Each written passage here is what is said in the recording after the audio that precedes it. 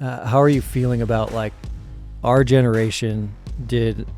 Are we doing a good job passing this down for the next generation? That's a really tough question. There's so many cheat codes now.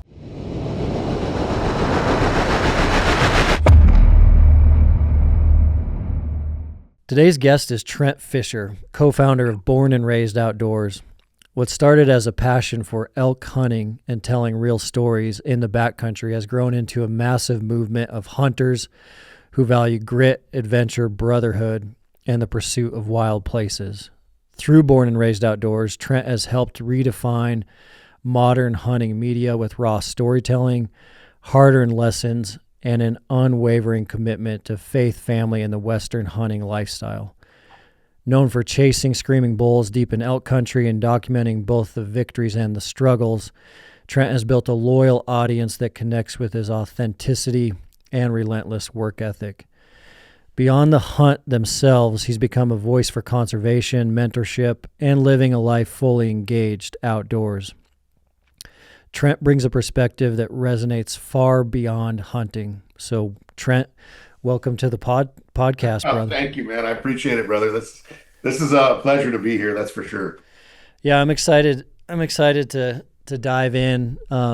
We were chatting a little bit before hitting record, and it's been an interesting topic for me to explore around this conversation because I have two young daughters, and my daughters are 11 and 13, and my 13-year-old, she is a diehard hunter, and then my 11-year-old has no interest in hunting, and I don't see her ever hunting, which is fine. Like we're past that, and we're in a good spot there. But you know, watching my 13-year-old, Mountain Tough is in year 10, so her whole entire life she's been growing up in this business, around this business, in the gym. And then as she got older, you know, that led her to be able to go on a lot of hunts with me and to go on a lot of amazing trips, you know, that are trips of a lifetime, like fly in, remote, drop camp, Alaska.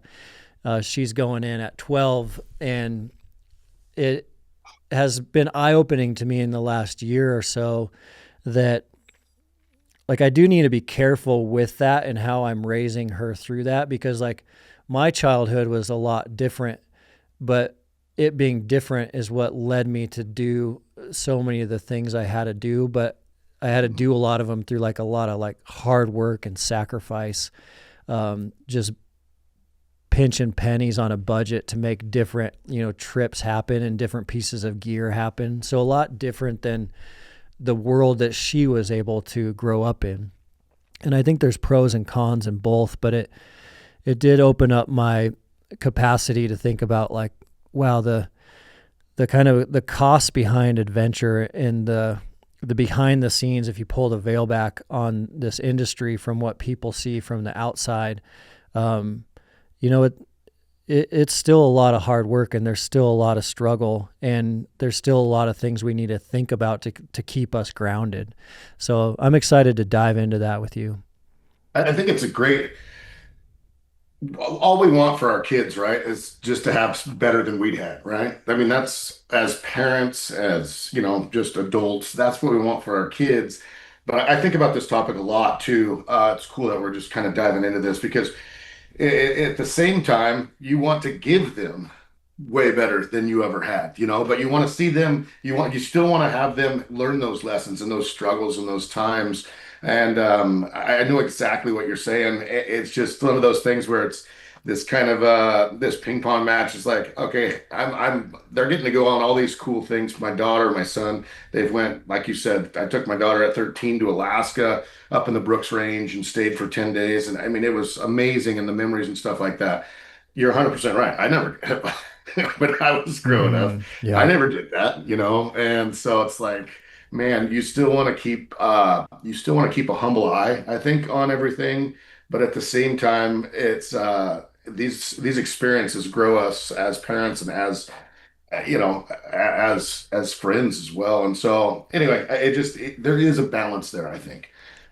I think so. And it's hard to get that just perfect, because I think part of that balance, it's connected to a couple factors. And one of the factors that it is connected to is work ethic. And so me, when I was a kid, having this deep, deep desire and passion to hunt led me to sacrifice a lot of things to get like the pieces of gear I needed to go hunting. Because like back in that day, with me growing up with my dad, he was positively supporting me being a hunter, but we didn't have like a bunch of money to go buy a bunch of nice gear. So like for me, I remember vividly the kind of like savings that was building up to my first bow.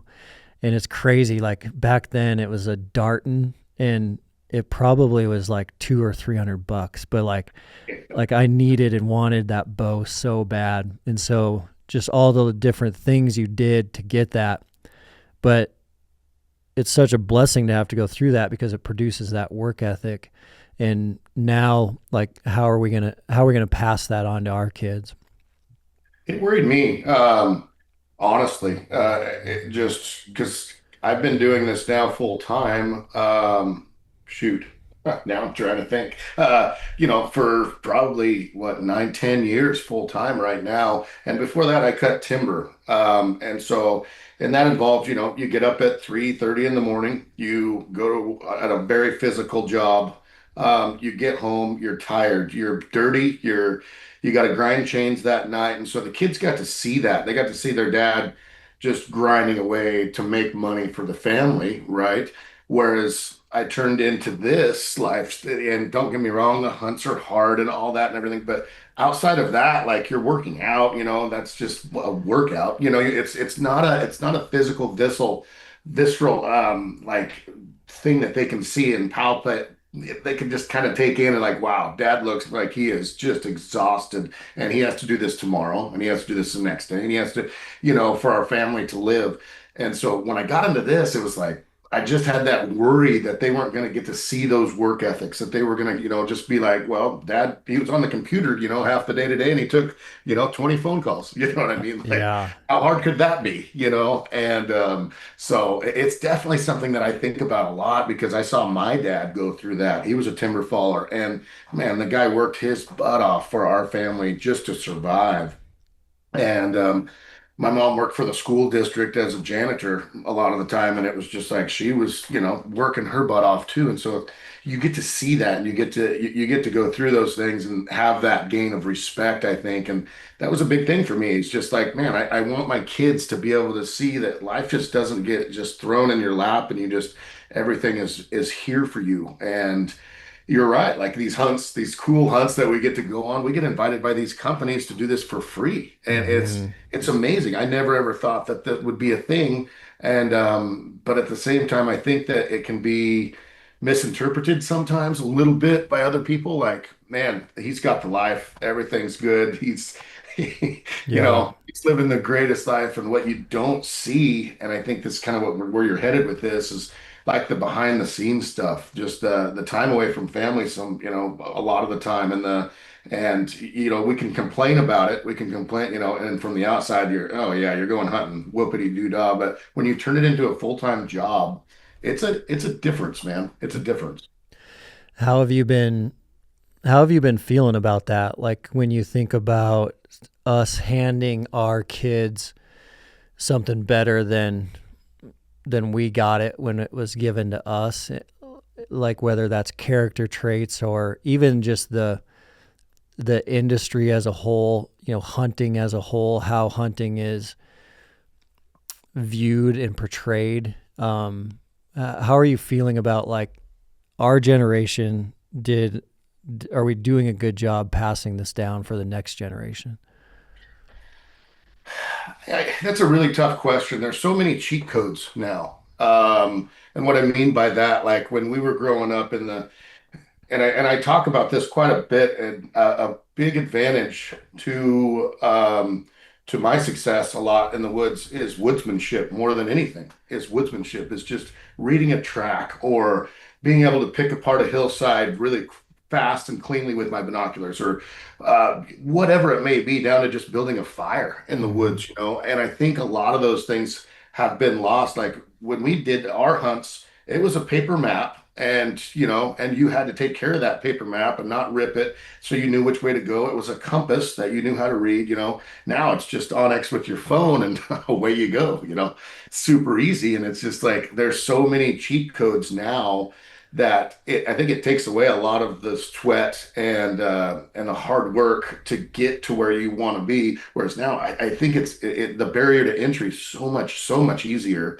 and you can either adopt that or not, right? What I've chose to do is adopt it and say, hey guys, anybody can do this. Let's get off the couch. Let's put the video games down and let's go out and obtain these things that you didn't think you could do before. And so if you morph your ideas, and I think if you morph your way of thinking around, you know, yeah, it is easier, but that's just going to let more people into this cool lifestyle that we get to live. And so I've had to really change my way of thinking as far as that goes, and it's benefited me a lot as far as just taking other people and maybe teaching someone to do something they didn't think they could, you know. Hmm. Mountain Op supplements keep you going steady. I've personally been on their Yeti pre-workout for clean energy without jitters, and their Hydrate to stay topped off during long days when you need those electrolytes. Creatine and protein are a staple for me for building and bouncing back. Plus, they have no junk, just real fuel. It's simple, reliable stuff that helps you push when it counts. Get 20% off Mountain Ops supplements at mountainops.com using code MOUNTAINTOUGH. That's MTNTOUGH. All right, now back to work. It's a fascinating topic, man, and we've been talking about it quite a bit on this show over this last quarter. And I don't want to butcher the quote, but there was like a Stoic, someone like Marcus Aurelius. I can't remember if it was him or not, but one of the Stoics had a quote that is well known where he was worried about the next generation. And so that was thousands of years ago. And he was like, I'm not sure if this next generation is going to do any good because things weren't as hard for them as they were for me. And it's crazy how like every generation has had those thoughts. And so I do, based on that and based on that thinking, I remain super optimistic around what this next generation is going to do. And you see glimpses of it where you see just incredibly brilliant, incredibly like creative, hardworking 15, 16, 17, 18-year-olds right now. But I still have a hard time like reconciling that on what that is actually going to look like, because so much of the beauty of hunting, especially backcountry hunting, is just how hard it is. Like the reason it's so great is because it's so hard, and it being so hard teaches us so much. And Yeah. there's a lot of things that have made it easier. You know, you got the technology, you have the really, you know, long range precision. And so things are different and in a lot of ways easier than they once were. And so kind of like reconciling in my mind what that is going to lead to and where that's going to head is fascinating. Super fascinating. It's just as of recent too, this AI thing, it's so different. And I'm not saying it changes the game of hunting, but it's going to change somehow the way that we view it. I think there's going to be, and there could be a lot of negative out of that too. And so I think we need to protect that as much as we can, just because you're going to see things that aren't true, aren't real, but they look real. And that's super scary in my eyes.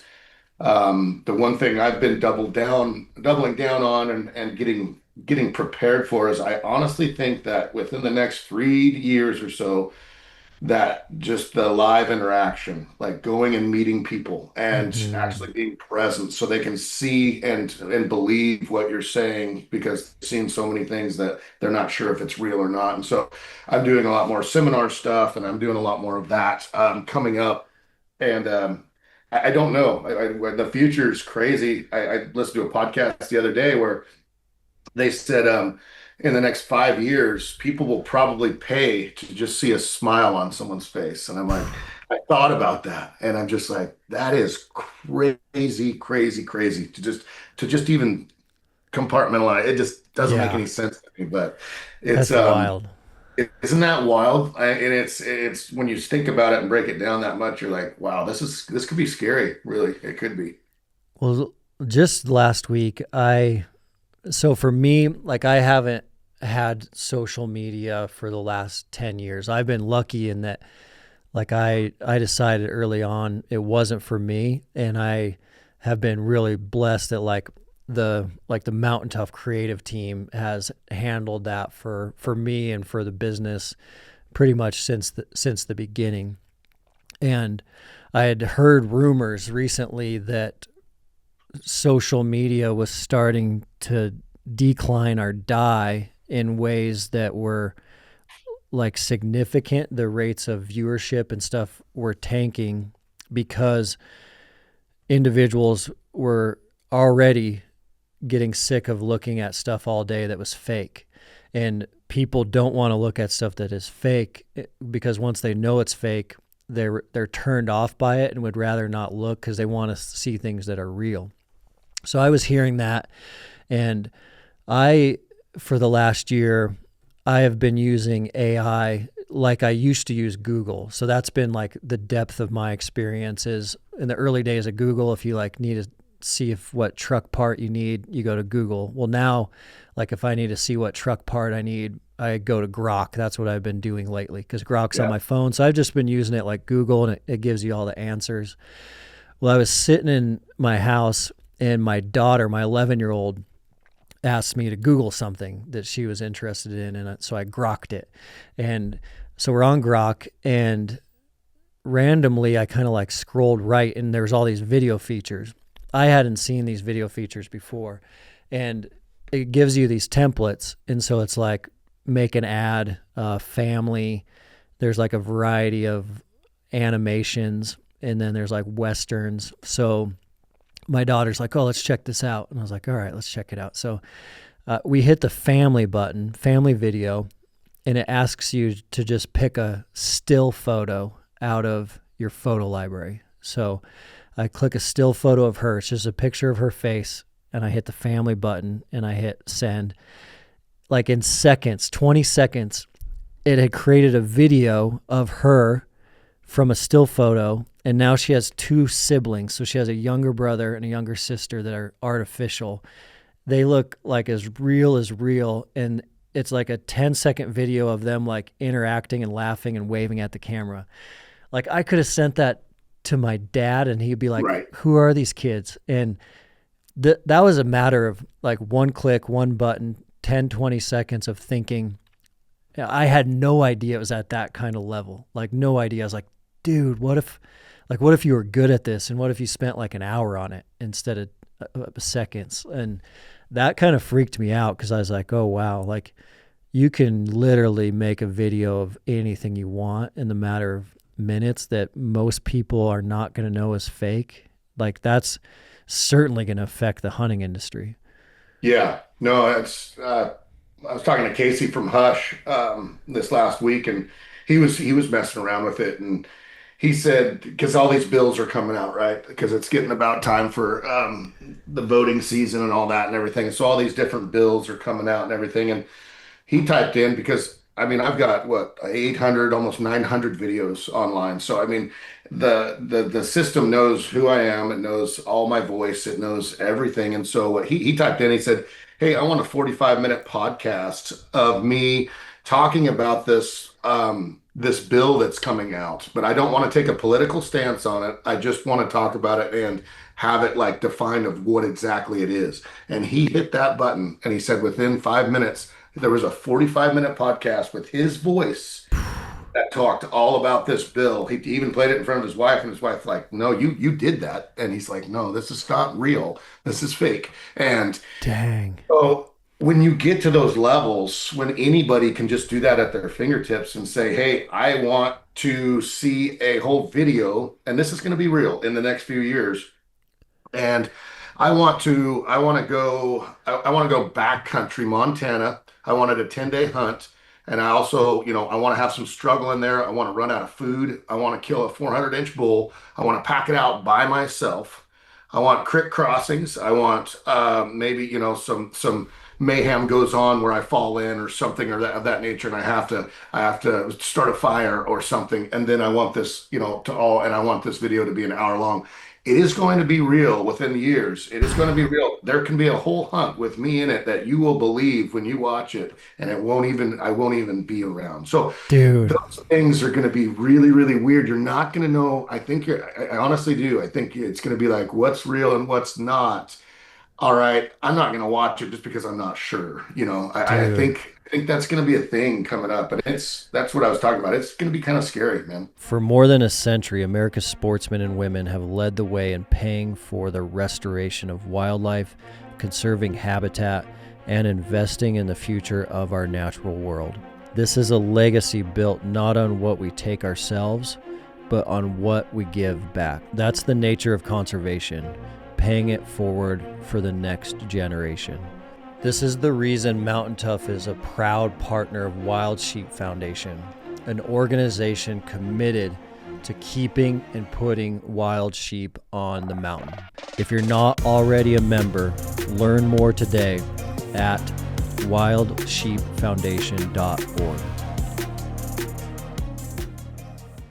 That's going to change so much because based on what I saw last week, like if I wanted to make a 20-second reel right now on like me hiking in, shooting a bear, like caping it out and cooking the backstrap, based on what I saw with my daughter the other night, like I could make that 20-second reel now and it would look super legit without Yep. any experience.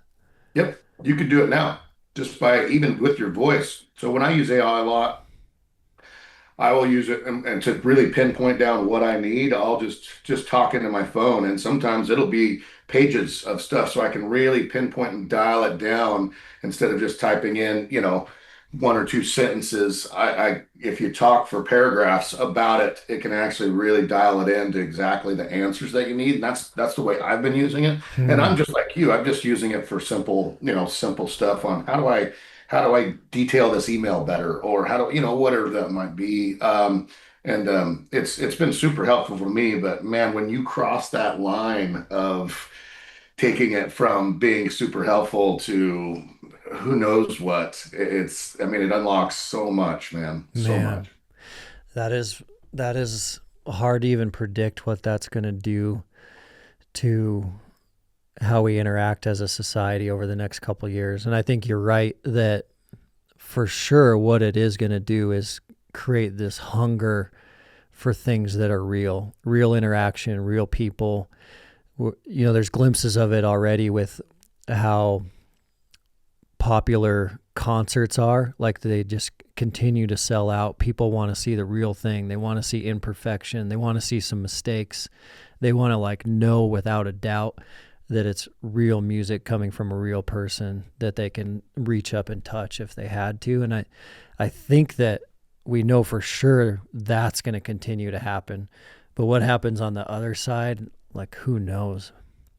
No idea. No idea. What could be cool though is like if we start planning these more things where we all get together and we all, and we'll get to see each other a little bit more than normal, maybe. I don't know. I don't I hate to go negative always with something, but at the same time it's like how can we swing this thing around to where it's a positive thing? Maybe that will be something that comes out of it. I don't know. I don't know. Yeah. Well, I wanted to get into, just like suffering with you a little bit and going through hard times. And I know you've been open about like the flood experience you went through. Yeah. Looking at it now that you've had like a little time to process that season, how do you feel about that season of life where just everything was just stripped away from you? It was tough, man. It seemed like at that point, and this was only just over a year ago, Oh, excuse me. It just seemed like everything was coming down on me. In certain times in life, I think we've all had those challenges and trials and stuff. And when the flood happened, the flood was never supposed to. It was like, no, the rain's not going to get that bad. It's not going to get that bad. And then we come back. I said, well, let's go to lunch, and nothing we can do right now, because it was in the driveway, but it still had to come up like 4 more feet. And so we're like, "Hey, let's just go to lunch, get our minds up, away from it, because we couldn't be at the house." And anyways, we drive back, and the water's like 18 inches on my porch, and I'm looking at it with my binoculars across the valley, and I'm like, oh no. Dang. And ran and got the boat and put the boat in on the highway, clear off the highway, and Crazy. motored in, parked the boat on my front porch. Just crazy, man. It was just so nuts. And then the cat was in here. We have an indoor cat, and he was just soaking, soaking wet, trying to, he was on top of my computer at the time. All our pictures, because it wasn't ever planned, because it wasn't ever a thing.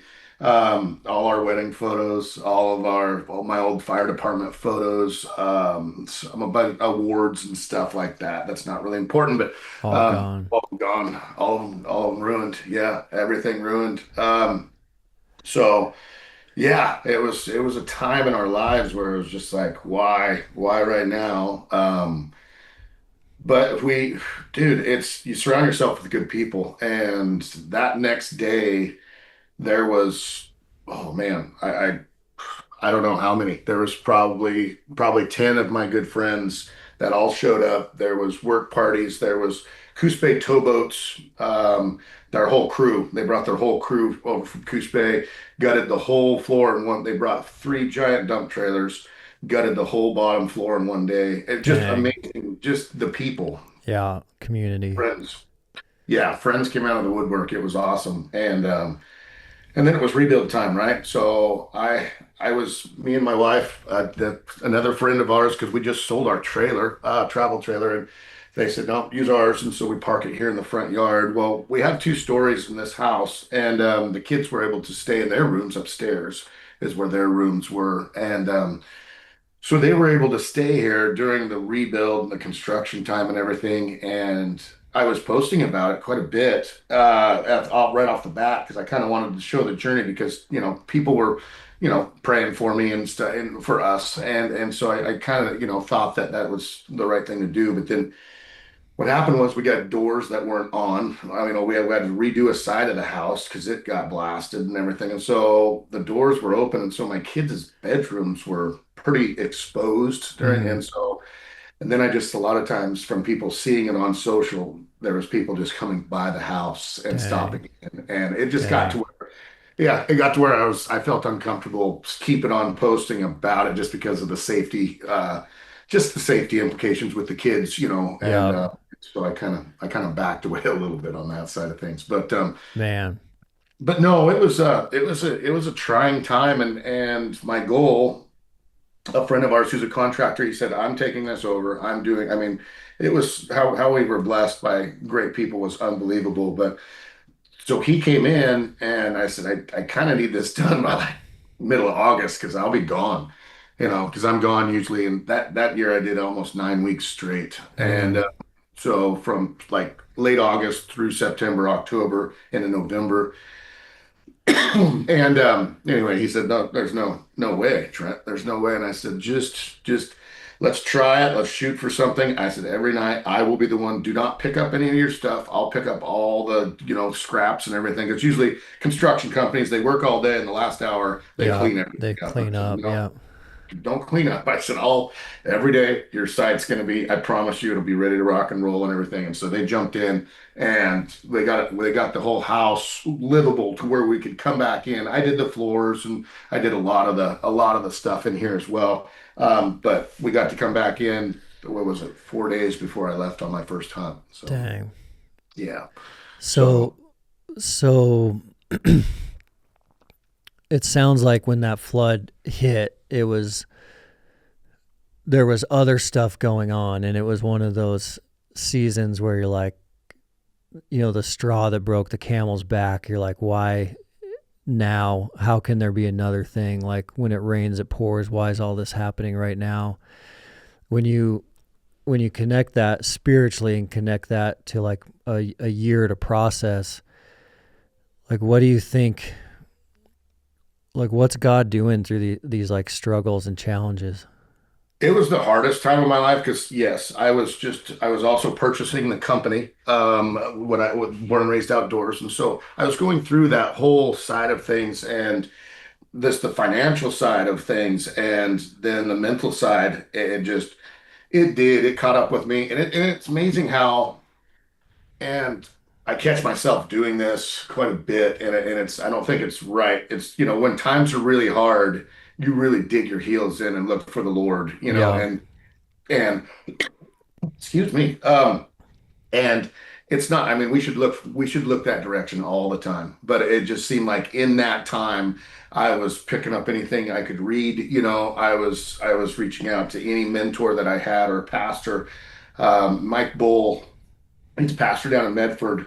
I connected with him, and I'm actually taking him bear hunting this next week. But and went down and just did some classes with him, and just talked with him, and just walked some trails with him, and just it was really good to have somebody you could outlet that to, Yeah. because obviously it's any trial in our lives. It's you're always asking why me, why right now, why, and not just me, why my family, why do they have to put it on me, not them, and it just was like you need to go through this kind of thing is what it turned out to be, and it was really, really hard. But man, I will say, like looking back, and don't get me wrong, life is still hard. We all have some difficulties and stuff, but like looking back at that, it's like, man, if you can do that, if you can get it through this, and if you can put the ball through the goal line at the end of the day, and man, what else can we achieve as well? And so I'm not saying it's good all that that we went through all that, Yeah. but I guarantee you it taught me, and it definitely toughened the skin a lot, a lot. It's crazy, man. Just because like trusting in the Lord's sovereignty through the difficulties, just knowing that his plan is better is so difficult to actually do in those challenging times. It's easy to say you're going to do it before the times hit, but when they hit, it's hard, man. And it's like if my kid says like, "Hey, I want to go to Chuck E. Cheese on Thursday," and I'm like, "No, you can't go Thursday, but you can go Saturday." And they're like mad because they're not going Thursday, but I at least told them I would take them Saturday. That's like an example of like the Lord's timing. And when we go through these challenging events, it's so difficult to wrap your mind around that timing. But like in the Lord's timing, it's example, it's different than just being a dad taking the kid to Chuck E. Cheese on Saturday. He's saying, no, Saturday is actually going to be much better for you than if we go on Thursday. And Saturday is going to be the best plan for your life. But that kid waiting and panicking and like throwing a tantrum and struggling and crying between Thursday and Saturday is like so much of what we face like as adults and in bigger contexts and more extreme examples. And him saying like, hey, that I'm going to turn this into good, and this feels terrible right now, but it is for your good. To really like believe that when you're in the times is so tough. But then it gets tougher because if you don't quite believe it, you feel terrible about not believing it. Mm-hmm. So like you're going through a hard time, you can't like fully surrender that hard time, but you're trying to. And then as like the dad and the husband too, you're like, I don't want to like let my family know how much I'm struggling with this because I'm trying to shield it from them. And so then you're just kind of like fighting alone. It's a tough season. 10 years ago, we kicked off the Backcountry Preseason Prep program. It was a straightforward 80-day program built from thousands of hours testing with dedicated backcountry hunters. Now, with a full decade of real results, we've completely rebuilt it into Preseason Prep 3.0. We've added more aggressive metabolic conditioning, smarter load progression, tougher mental finishers, and even better programming to help hunters build that unbreakable grit for high country, heavy packs, and long days in rough terrain. It is still the same mission, getting you stronger and mentally tougher for the backcountry. It's just taken to the next level after 10 years of honest feedback from hunters in the field. Preseason Prep 3.0 launches May 4th. If you are serious about this fall, it is worth checking out. Mountain Tough Podcast listeners always get 6 weeks for free on the Mountain Tough app. All you need to do to take advantage of that is use the code MTNPOD at checkout. That's MTNPOD on your monthly membership.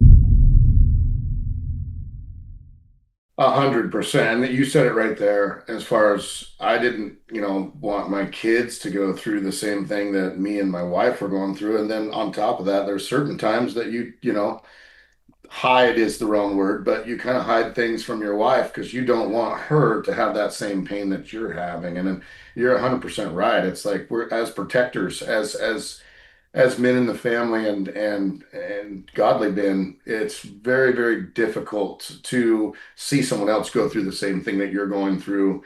And I think as providers, we're like, well, just let me have it, just let me do this, let me do this. And there was a time that I just broke down, and it was just like I couldn't, I was just like, it wasn't undoable, but it was just like I just broke down. Yeah. And it was a really cool time with my wife because it was just like, okay, now we're in this together. We were always, but I just unloaded my baggage, if you will. And it was really good. It was powerful. And we picked it up and put the boots back on and got back at it, but at least she knew what I was going through, and I with her too, because there's a lot of times in this business and everything, I feel like I'm carrying this whole financial burden, and I'm carrying all this and the employees, and I'm carrying this and everything, when realistically she's vetting all my emails, she's helping me with all these different things in the back end. And it's so easy, I think, to just be like, well, I'm doing all this, I'm taking all this internally. And it's just like it took me a little bit for her to kind of slap me in the face and say, hey, I'm taking all these things off your plate so it's not so heavy. And it's like, okay, Yeah. you know what I mean? Just trying to think of it that way. And it helps. And it's just like, okay, now I feel like it's a safe place where I can bounce ideas off of you and you, me, and let's handle this together. Let's split the load and let's carry this thing through. So it's, man, your partner is the biggest. She's been a rock for me through all of this. It's oh man, without her, there's no way. There's no way at all.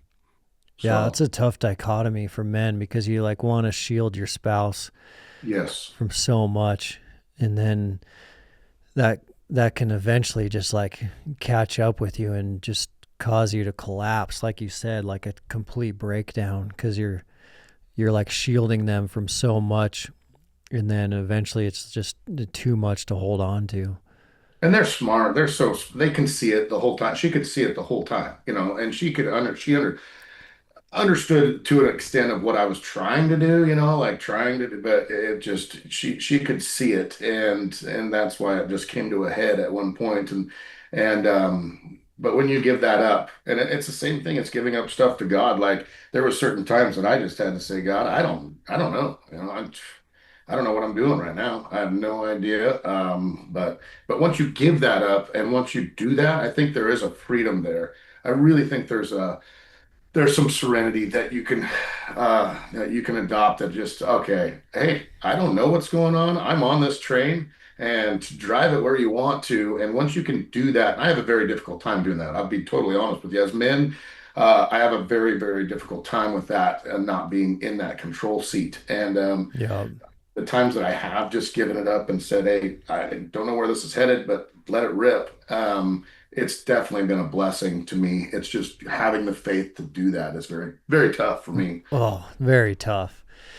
But I think you nailed it at beginning of the flood conversation when you said that, like, without that hard time, you never would have poured in to the Lord as much as you did. And that's the one thing that suffering does every single time, is with suffering, we pour into the Lord, and we're looking for answers, and we're looking for guidance and wisdom.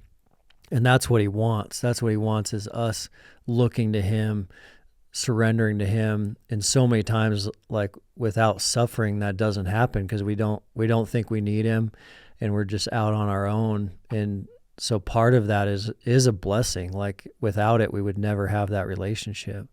Yeah. When I think about these things, and I try to go back to the Bible as much as I can, I always think about Job. Oh, I know. Man, and Dude. God just saying, "Hey, I got my buddy Job over here. You can tempt him all you want, you know." And it's just, dude, his family, his life, his everything ripped away from him, and he just kept on. It's like it's hard Insane. to do. It's hard to do sometimes, but it just, man, just that always gets me like, whew, that guy was tough. I think that's one of the hard things about it for me, is like, when you're, like, especially if you think about Job, but in our world, when you're going through things that are really hard for you, they still seem like embarrassing or not hard enough to, like, talk to people about. And Mm. so even in your example is like, yeah, my house flooded and I lost everything, but some friends of mine and some people I know and people we all know are dying of cancer and stage 3, stage 4, losing limbs. And so it's like, yeah, this sucks, but I don't really want to talk to anyone about it because it's kind of embarrassing, because there's always someone that's going through something harder than we're going through. Mhm. But man, that, like, just starts to stack and come back and bite you because you're just continuing to hold it all in. Yeah, I would agree. I would agree. And I think that's another man quality. Like, oh, it can get worse. You know, it could get worse. You know what I mean? And it could, obviously. But man, you're 100% right. And then you do see it from a bigger picture, I think. And that's, your people are, like you said, how many people do we all know that just died of cancer, that just randomly at the younger, 30s or 40s, just like, why them? Why not me? Why not what? And so it's man, we truly are blessed. We don't have it as bad as we think that we do sometimes. And I think it's easy to kind of get down on yourself and be in the dumps, a little bit more than we actually, that we actually should. That's for sure. Did you get to any sort of point yet where you look back at the flood and you're kind of glad that it happened from the things that it taught you? It's weird. The other night I was looking at the house, and because now we have it's no lie, we have new stuff, right? It's just the way my house was built in the 1890s. So, and I had some original floors and I mean, and in my eyes, that was beautiful, that kind of stuff was, and even though it was half unlevel in places and all these things, and I thought about it the other day. I'm like, would I rather have my old house back right now, like right now, or all this shiny, the new stuffs with the new handles and the new floor? I don't know, man. It's a great question. I know the kids and my wife. I'm hoping they'd say, "I like the new house. I like the new house." But Yeah. there's part of me that's just like, man, I wish it didn't happen and I could have it back to the way it was. But by it happening, it taught me so much, especially at the timing that it all happened. It really taught me so much about digging in. And I mentioned this just a bit ago, like, man, if I can go through that, what else can I achieve? What else can I Hmm. do? And I think there's some empowerment there. I think there's definitely some things like, all right, this was bad. This was really bad, but man, we got through that and we came out blessed on the other side with this new shiny, great, thing. Yeah, man, I just think I think it's what more can we handle? I think we can handle a lot more. Man. Yeah. And the way that like you and your wife went through that together, like this, how strong that made you two as a team now. You're like, yeah, we've been through this. Like Yeah. it's capacity building for larger things. When you were going through the business stuff and the flood stuff at the same time, did you walk into a dark season where you felt like your identity was being stripped? Identity, no. What it did for me is this whole what I do now is because I want to inspire people to do something they don't think they can do, right? To get out and to just do something that you didn't realize that, wow, that is obtainable.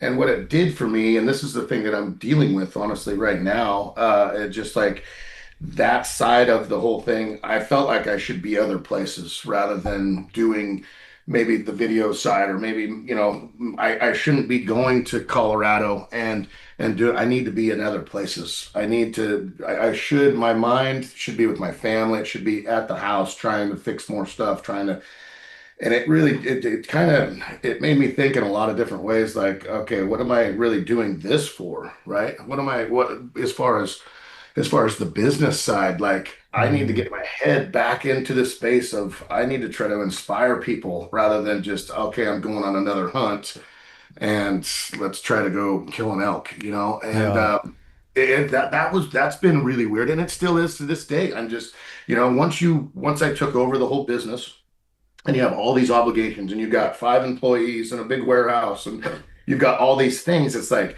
man, should I really be here right now?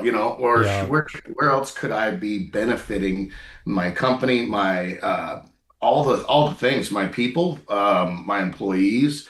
Where should I be so I can make this a better place? And so that's what I've been dealing with a lot lately, as far as just being in the places I should be. Like all the Hmm. bear hunts I talked about before we push record. And I didn't plan on them at all. I had like one bear hunt for the whole spring, and then it was like in a week time, I booked like 4 more bear hunts, and it's just like it just loaded up for some reason. Lacrosse reached out, and you want to go to Alaska? We need you for this, and the other companies reached out and said, "Hey, I need you to go on this. Can you do this, please?" And Mountain Ops reached out, and I'm just like, you can only be so many places, and I have a very difficult time sometimes saying no. Yeah. Yeah. So, so yeah, so right now that's what kind of I'm going through, brother. It's just like I need to find that. I need to find that light at the end of the tunnel where I can really focus on that. And that's what I've been focusing on just lately, is getting back into the inspiration of why I did this in the first place. I've noticed that if the gear you're using isn't reliable, it's much easier to back off early and quit. GoRuck's products hold up, and at Mountain Tough, rucking has become an essential aspect of our programming. Rucking combines cardio and resistance training, burning up to 3 times more calories than regular walking while strengthening your joints with very little impact. It also boosts VO2 max, bone density, and it makes it an efficient, science-backed way to improve overall fitness. The Rucker 4.0 is purpose-built for rucking, featuring elevated plate pockets to keep weight high and stable reinforced construction. GoRuck is offering 20% off their products for Mountain Tough Podcast listeners. All you need to do is use code Mountain Tough Community. That's MTNTOUGH Community when checking out at GoRuck.com. All right, back to work. Man, that is tough. I think it made me think too of the power of just like being in the present too, where like real life is happening like right here in this present moment, but we can't be in this present moment. For men, a lot of times it's like when our thoughts are always out in the future and we're trying to like solve 14 or 15, 16 different things. All these plates are spinning and we're thinking about how we are going to address this thing tomorrow, how we're going to address this thing next week. Or like for some men, it's like the thoughts of the past, the shame, the regret of last week, last month, last year.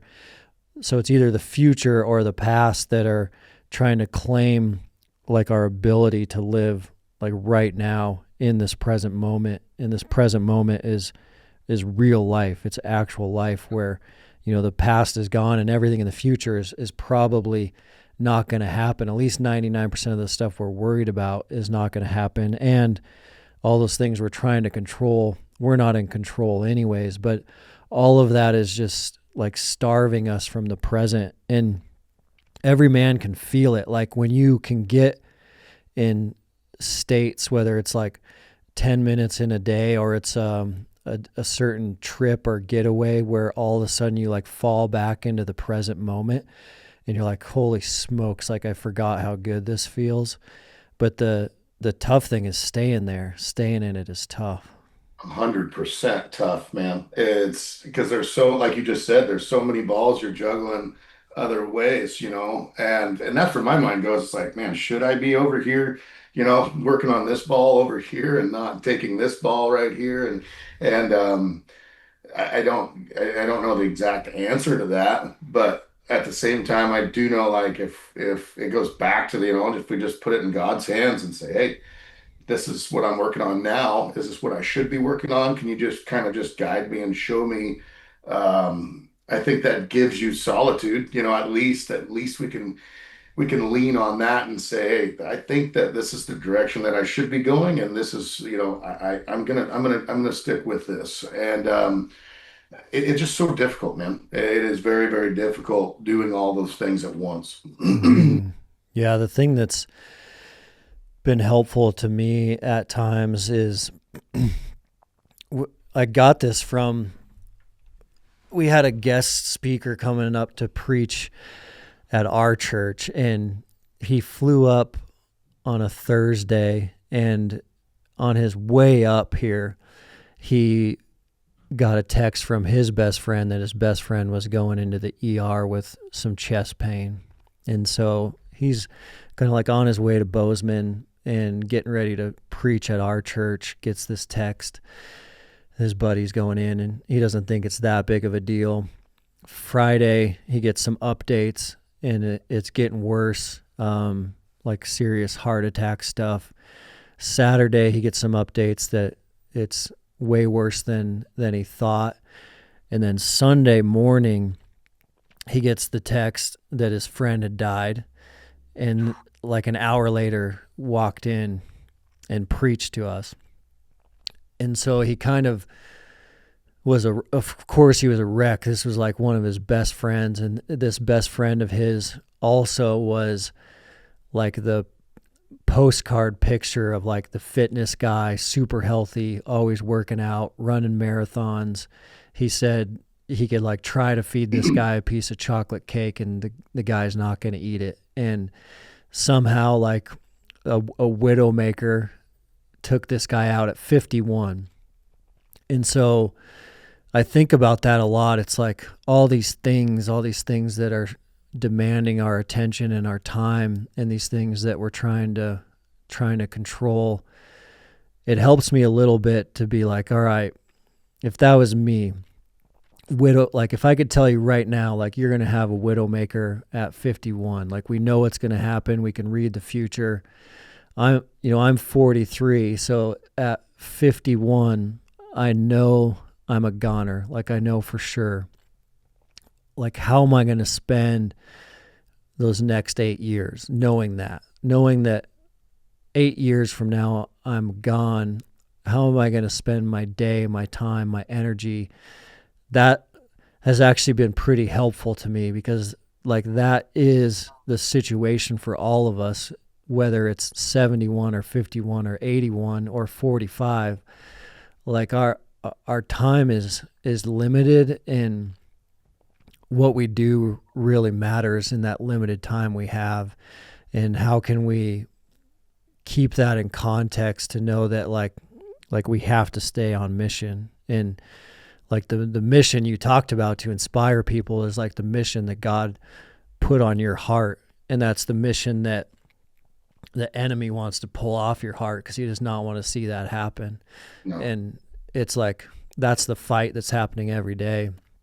But we just don't know how much time we have. What's up, guys? Dustin here. As you know, good music in the gym for your workouts can change everything.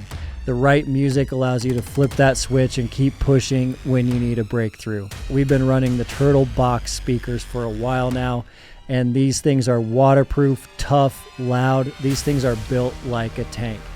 The Turtle Box Ranger is great if you're on the move. The original covers most days, and that's what you see around here. And the new Turtle Box Grande puts out some serious volume for big spaces. Check them out at turtleboxaudio.com. What is it? What are just a couple of things that you do differently thinking that way? What are just actionable items that you do thinking like that?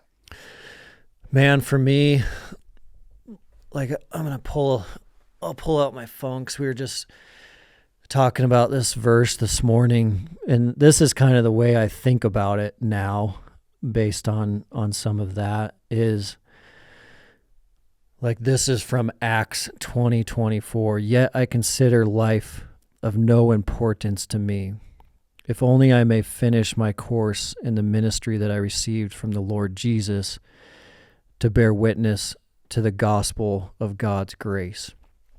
So the thing that has helped me thinking about the Widowmaker is coming for us all concept is like, we have to stay on mission, and the only mission that matters is what we're doing for the kingdom. And can I filter my day and my week and my month through that lens? And that's been pretty helpful to me. Yeah, I could totally, and I think that's easy to stray from too. You know what I mean? With the day to day and with all the hustle and bustle and all that, I think that's very easy to stray from. I think that's really, really good advice. Really good advice. Yeah, I think it's almost like we think about, how's this decision going to affect my life? How's this decision going to affect my year? How's this decision going to affect my next 10 years? Where I think in reality, like with the kingdom and in eternity, it's more like, how's this decision going to affect my next 10,000 years? Because like, if we're going to heaven for eternity, it's kind of like, how is what I do this week going to affect like the next 10,000 years? And that like perspective shift kind of helps me. I still struggle with it significantly, but it helps me like be like, I'm not going to get distracted by that. I think that's really good. That's a cool, really cool way to look at it. You know, how is it going to affect eternity? Because that's where I'm going to be headed. You know what I mean? Mm-hmm. Yeah. Yeah. And I mean, you've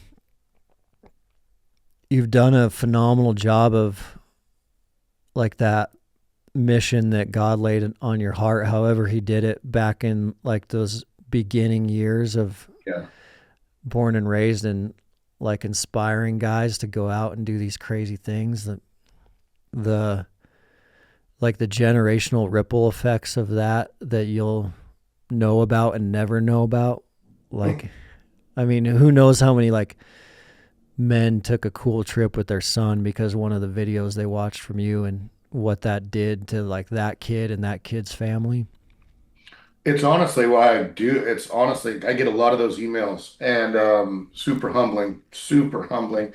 And that's another reason why, a lot of guys are like, oh, another sports show, oh man.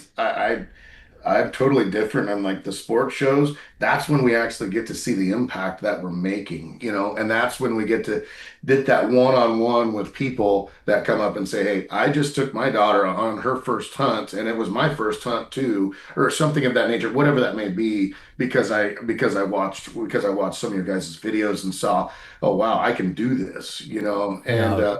and hearing those things are just powerful, man, just powerful. Yeah. And those are the things that's the recharge that I get every year, the battery recharge of, okay, this is the right thing. I'm doing something right because I think it's so easy, and I find myself doing it all the time. I now have video editors that edit the video for me. Like after I do it, there's a lot of times I don't even see it again. So I don't see the output. I don't see, and I'm not the one that goes and looks at comments. I just don't surround Hmm. myself with that. I move forward after every single thing. And so it's very hard to see the ripple effect of what you're doing when you're not immersed in it and you're just going to the next thing, or you're just trying to work on the business over here, or you're just, raising the family over here. And so it's easy to see that. And that's why these sports shows and stuff like that, it's just powerful. And then the emails that you get like, hey, man, you changed my life. I didn't Hmm. know. I had no idea. I had no clue.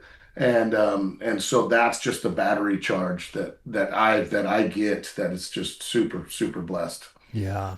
Yeah, you're doing it, man. I tell like mountain tough people on this show and all the time, like if you're a dude out there struggling, listening, and you just turn off your phone and go into the backcountry for 3 days, like you're gonna come back a different person, and Yes.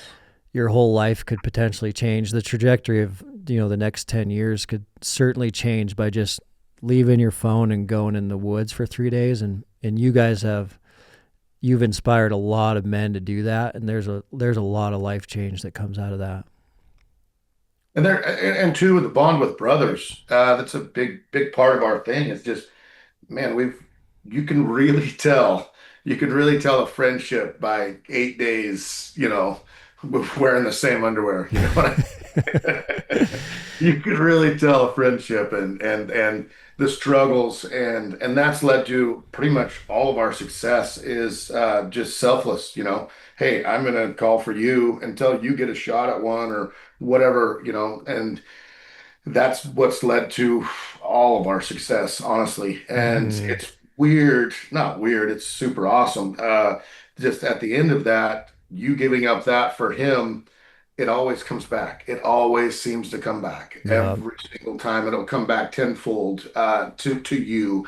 And so there's been a lot of times we go out there, we're like, I'm not shooting, you're shooting, or I'm not. Pretty soon we can't even decide, we can't even get shooters. It's like, Yeah. no, no, no, no. Okay, someone's got to shoot. So we'll draw straws or whatever. But no, I think that's led to a lot of our success, and that's just it always comes back around. It always does. It may not be right then. It may not even be, that week or that, whatever, but it always comes back to you. Yeah.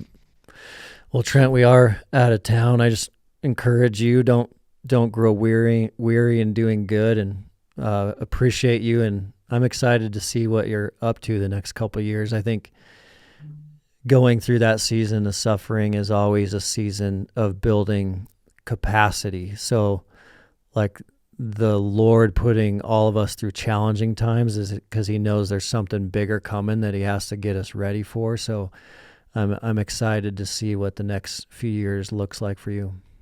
I am too, man. I am too. We're gonna take the ball and run with it, and you know what I mean. It's. I'm excited for what's to come, and fearful, but also excited. Awesome. Thank you. Appreciate it. All right, thanks, brother. I appreciate you.